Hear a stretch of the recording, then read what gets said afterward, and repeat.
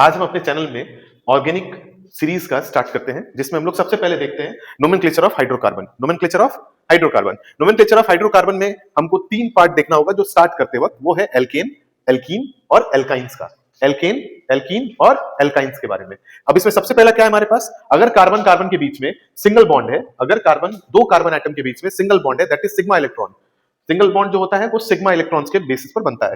अब हम लोग इसको देखेंगे आगे, क्या हमारे पास जो इसका स्केलेटल फॉर्मूला है। स्केलेटल फॉर्मूला ये कहता है कि नंबर ऑफ कार्बन में, ये n जो है वो नंबर ऑफ कार्बन है, n is the number of carbon. हम यहां पर लिख देते हैं नंबर ऑफ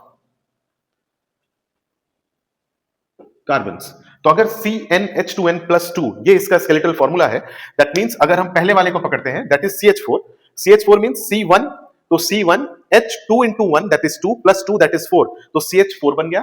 नेक्स्ट वाले को जब हम देखने जाते हैं इथेन, इथेन में ये C2H6 हो गया। अगर इन दोनों के बीच का डिफरेंस को हम देखने जाएं तो हमको हमेशा क्या मिलेगा कि इन एक से दूसरे सीरीज पर जाते वक्त इसमें प्लस CH2 का गैप होता है, प्लस CH2 का गैप मिलता है हमको। और ये सिर्फ और सिर्फ एल्केन में नहीं होता है, बिल्कुल इसी तरीके का सेम हम लोगों को देखने को मिलेगा pattern in alkene as well as in alkynes.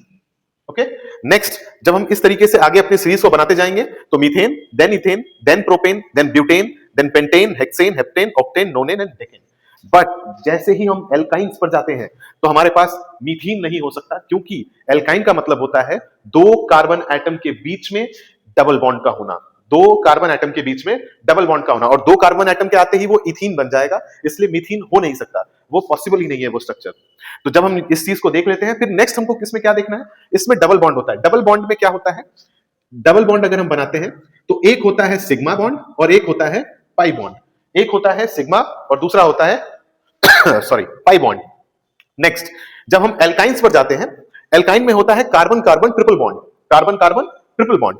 और जब हम कार्बन कार्बन ट्रिपल बॉन्ड के बारे में बात करते हैं तो हमारे पास क्या मिलता है, सबसे पहले इथाइन। सबसे पहले क्या होता है, इथाइन, और इसका स्केलेटल फॉर्मूला हो जाता है CnH2n-2। जैसे एल्कीन में जो स्केलेटल फॉर्मूला था वो था CnH2n, CnH2n। अगेन यहां पर भी n जो है वो नंबर ऑफ कार्बन एटम्स ही है। आगे हम लोग चलेंगे, next C2H2 plus CH2 gives C3H4।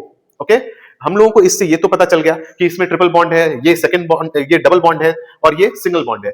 अब हमको एक चीज और इसमें पता होना चाहिए कि जितने भी सिंगल बॉन्डेड हैं ये सब सैचुरेटेड होते हैं, ये सैचुरेटेड होते हैं, और जितने भी ये डबल बॉन्डेड है या ट्रिपल बॉन्डेड है ये दोनों के दोनों क्या होते हैं हमारे पास, अनसैचुरेटेड होते हैं। ये क्या होते हैं, अनसैचुरेटेड। तो जिस भी कार्बन के चेन में डबल या ट्रिपल बॉन्ड आ जाए तो क्या समझ लेना है कि वो क्या होगा, अनसैचुरेटेड होगा। वो क्या होगा, अनसैचुरेटेड होगा।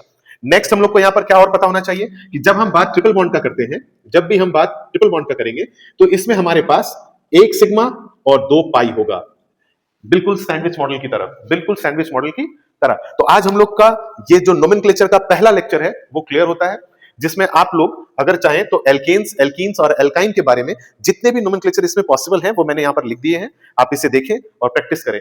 कल हमारे इस सीरीज में नेक्स्ट अपडेट आएंगे आपके पास। Thank you.